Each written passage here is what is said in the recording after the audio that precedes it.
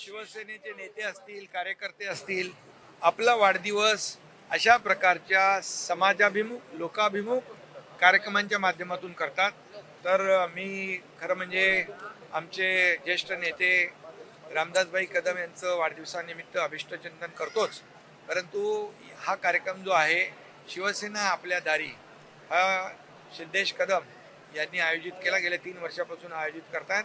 कारण लाभ आहेत, लाभार्थी आहेत, परंतु त्यांना दाखले असणं, पुरावे असणं महत्त्वाचं आहे. आणि म्हणून जवळपास 20,000 लोकांना या ठिकाणी दाखले विविध मिळालेत. त्यांना जे काही सरकारचे लाभ आहेत ते लाभ मिळतील. आणि गेले 3 वर्षापासून हा कार्यक्रम होतोय. संपूर्ण मुंबईमध्ये हा अशा प्रकारचा कार्यक्रम राबवावा अशी मागणी देखील या ठिकाणी आली आहे. आणि म्हणून सर्वसामान्य लोकांना ज्या शासकीय शासन दरबारी चक्रा मारायला लागतात, वेळ घालवावा लागतो, अशा प्रकारच्या जसं शासन आपल्या दारी आम्ही 5,40,00,000 लोकांना मी मुख्यमंत्री असताना ती योजना राबवली, त्यांना लाभ मिळाला. आणि हे शिवसेना आपल्या दारी सिद्धेश कदम त्यांची टीम हे सगळं राबवते, त्यांचं अभिनंदन मी मनापासून करतो. कारण हा विद्यार्थ्यांसाठी आणि जे गरजू आहेत त्या सगळ्यांसाठी हे दाखले ताबडतोब या ठिकाणी देणं, विद्यार्थ्यांना शालेय वस्तूंचं वाटप करणं, अगदी 20,000 विद्यार्थ्यांना लॅपटॉपपासून टॅबपासून शैक्षणिक साहित्याचं वाटप देखील या ठिकाणी. मगाशी मला एक डॉक्टर भेटला आपल्या इथं नीटमध्ये मागच्या वर्षी, तो त्याला आपल्याच अशा प्रकारच्या सहकार्यामुळे त्याला देखील त्याची संधी मिळाली. त्यामुळे अशा प्रकारच्या प्लॅटफॉर्ममुळे जे विद्यार्थी आहेत त्यांना मार्गदर्शन मिळतंय आणि त्यांची भविष्यातली वाटचाल देखील यशस्वी होते. वर्ली डोम मध्ये देखील हा कार्यक्रम वर्ली डोम खरं म्हणजे नीट पेपर लीक होणं ही देखील दुर्दैवी घटना घडली आणि त्या घटनेचं गांभीर्य या देशाचे प्रधानमंत्री नरेंद्र मोदीजी यांनी घेतलं आणि तात्काळ यामध्ये नवीन कायदा करण्याचा निर्णय घेतला. त्याचं बिलही उद्या येईल. 10 वर्षाची सक्त मजुरीची सजा, 10 कोटी रुपये दंड, केस फास्ट ट्रॅकवर चालणार. NTA मधून जवळपास 427 लोकांना काढून टाकलं. या ठिकाणी जे आरोपी आहेत त्यांना जेरबंद केलंय. CBI त्याची चौकशी करते आहे आणि प्रधानमंत्री नरेंद्र मोदीजींनी स्वतः सांगितलेलं आहे कुणालाही यामधून सुटका नाही. कठोर कारवाई जो याच्यामध्ये सापडेल त्याला कठोर कारवाई केली जाईल, त्याला सोडलं जाणार नाही. आणि म्हणून कठोर कायदा या ठिकाणी आणतात. मी मोदी साहेबांचं मनापासून अभिनंदन करतो की त्यांनी देशाचं भवितव्य जे आहे, हे विद्यार्थी आहेत, त्यांच्या भवितव्याला, त्यांच्या भविष्याला प्राथमिकता दिलेली आहे. आणि हे त्यांना या अशा प्रकारचा जो काही न्याय दिलेला आहे. आणि म्हणून त्याचबरोबर धर्मेंद्र प्रधान यांनी देखील आपली नैतिक जबाबदारी समजून राजीनामा दिलेला आहे. हा देखील आपण एक जी घटना झालेली आहे यामुळे विद्यार्थी यांच्या प्रश्नांना, त्यांच्या भावनांना प्रधानमंत्री नरेंद्र मोदीजी यांनी प्राथमिकता दिलेली आहे. आणि म्हणून या ठिकाणी मी आपल्याला सांगतो, त्यांचं आंदोलनामध्ये काही लोक राजकीय, त्यांचं नॉन पॉलिटिकल आंदोलन होतं, पण ते राजकीय आंदोलन, पॉलिटिकल आंदोलन केलं गेलं. या ठिकाणी जी आंदोलन झाली आपल्याला माहीत आहे की काही लोक जंतर मंतरवर न जाता प्रधानमंत्र्यांच्या निवासस्थानाकडे गेले. अरे, प्रधानमंत्र्यांचं निवासस्थान हाय सिक्युरिटी झोन असतो आणि त्या ठिकाणी जेव्हा स्वर्गीय प्रधानमंत्री इंदिरा गांधी यांची हत्या झाली त्यावेळी SPGचा कायदा केला आणि त्यावेळेस प्रधानमंत्री निवासाच्या परिसरामध्ये कुठलंही आंदोलन करता येत नाही. ही माहिती या देशाचे विरोधी पक्ष नेते राहुल गांधी यांना असताना सुद्धा जाणीवपूर्वक तिथं आंदोलन करणं, हजारो लाखो लोकांना तिकडे बोलवणं, याचा अर्थ काय? याचा अर्थ प्रधानमंत्री नरेंद्र मोदीजी यांच्या निवासस्थानामध्ये घातपात घडवण्याचा त्यांचा प्रयत्न होता, त्यांची मनशा होती. आणि ते नेहमी म्हणतात की बांगलादेश, नेहमी म्हणतात नेपाळ, ते नेहमी म्हणतात श्रीलंका, अशा प्रकारचं अराजकता देशामध्ये पसरवून या ठिकाणी देशामध्ये हे जे अराजकता पसरवणं हा त्यांचा उद्देश होता, हे खऱ्या अर्थाने निंदनीय आहे.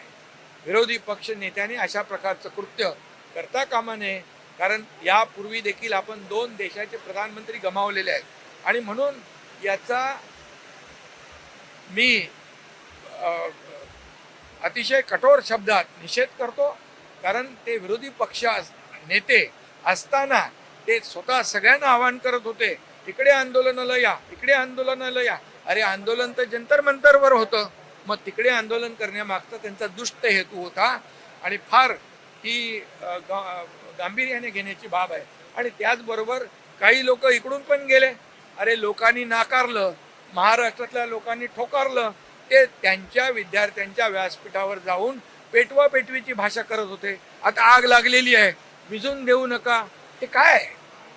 देशामध्ये अराजकता पसरवण्याची जे काय तुमचा प्रयत्न आहे तो यांचं आपल्या विद्यार्थ्यांचं आंदोलन संपल्यामुळे मागे घेतल्यामुळे ते निराश झालेले आहेत.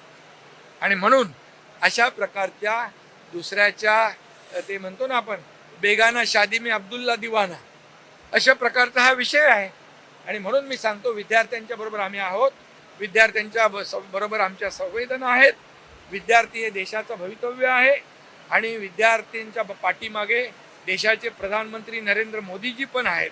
आणि म्हणून आता विद्यार्थ्यांनी त्यांच्या मागण्या मान्य झाल्यानंतर अभ्यास करावा, आपलं करिअर घडवावं. आपलं व्यासपीठ कुठल्याही राजकीय पक्षाला राजकारण करण्यासाठी देऊ नये. हिंदी हिंदी सर हिंदी हिंदी हिंदी हिंदी सब हिंदी हिंदी सर सब हिंदी सब हिंदी हिंदी सर जिस प्रकार से हिंदी सर तो ये बोले सर जिस प्रकार से ठाकरे बंधु तिरंगा रैली यात्रा निकाली उसके लिए क्या कहना? देखिए अभी तो आंदोलन खत्म हो गया. यहाँ पर जंतर मंतर में जो आंदोलन था वो विद्यार्थियों का था.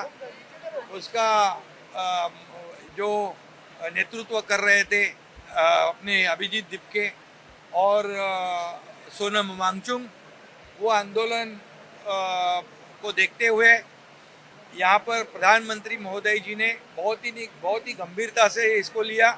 विद्यार्थियों के भविष्य को प्राथमिकता दी और उन्होंने कड़ा कानून बनाया. 10 साल की सजा होगी, 10 करोड़ का जुर्माना भरना पड़ेगा और उसी के साथ फास्ट ट्रैक पर केस चलेगी. और एनटीए में से 427 लोगों को निकाल दिया. उन्होंने कहा है कि कोई भी दोषी हो उसको बख्शा नहीं जाएगा. सीबीआई इंक्वायरी चालू है और इसी के साथ बिल भी आ जाएगा, कानून भी हो जाएगा. इसके आगे ऐसी कोई भी घटना ना हो, इसका पूरा प्रावधान प्रधानमंत्री नरेंद्र मोदी जी ने खुद स्वयं किया है. और इसीलिए मैं ये बिल भी आएगा और कानून भी होगा. इसलिए मैं प्रधानमंत्री नरेंद्र मोदी जी को बहुत धन्यवाद देता हूँ. उन्होंने ये उनका अभिनंदन भी करता हूँ, आभार व्यक्त करता हूँ, क्योंकि उन्होंने इस देश के भविष्य को प्राथमिकता दी है. उनकी भावनाओं को तवज्जो दिया है और भावनाओं को राजनीति से परे जाकर प्राथमिकता दी है. कोई भी राजकीय दबाव को ध्यान में नहीं रखते हुए विद्यार्थियों के प्रश्नों को उन्होंने प्राथमिकता दी. और इसी के साथ शिक्षा मंत्री धर्मेंद्र प्रधान जी ने नैतिकता और हमारी जिम्मेदारी खुद की समझकर उन्होंने भी इस्तीफा दिया. अभी तो आंदोलन खत्म हो गया. अभी तो ये क्या चालू है, ये क्रेडिट लेने की बात है. और वांगचुक जी की जो पत्नी है उन्होंने खुद ही कहा था कि ये कांग्रेस की नौटंकी है, ये कांग्रेस का तमाशा है. क्या है, जंतर मंतर में आंदोलन बैठे और राहुल गांधी जाते हैं प्रधानमंत्री के निवास पर. क्या है, उनकी मंशा, उनकी भूमिका ठीक नहीं थी, उनका उद्देश्य ठीक नहीं था. और मैं तो ये कहूँगा कि हमेशा वो बार बार बोलते हैं कि बांग्लादेश में ऐसा हुआ, नेपाल में ऐसा हुआ, श्रीलंका में ऐसा हुआ. क्या हमारे देश में भी ऐसा वो अराजकता फैलाना चाहते हैं? ये तो गहरी एक बहुत बड़ी खतरनाक साजिश उनकी थी, ऐसा मैं कहूँगा. और उसकी कड़ी मैं निंदा करूँगा. उनको पता है, विरोधी पक्ष नेता है वो. ये जब स्वर्गीय इंदिरा गांधी जी की हत्या हो गई तब एसपीजी का कानून बनाया गया, क्योंकि वहाँ पर प्रधानमंत्री निवास के वगैरह वगैरह आजू बाजू में कोई भी आंदोलन नहीं हो सकता है.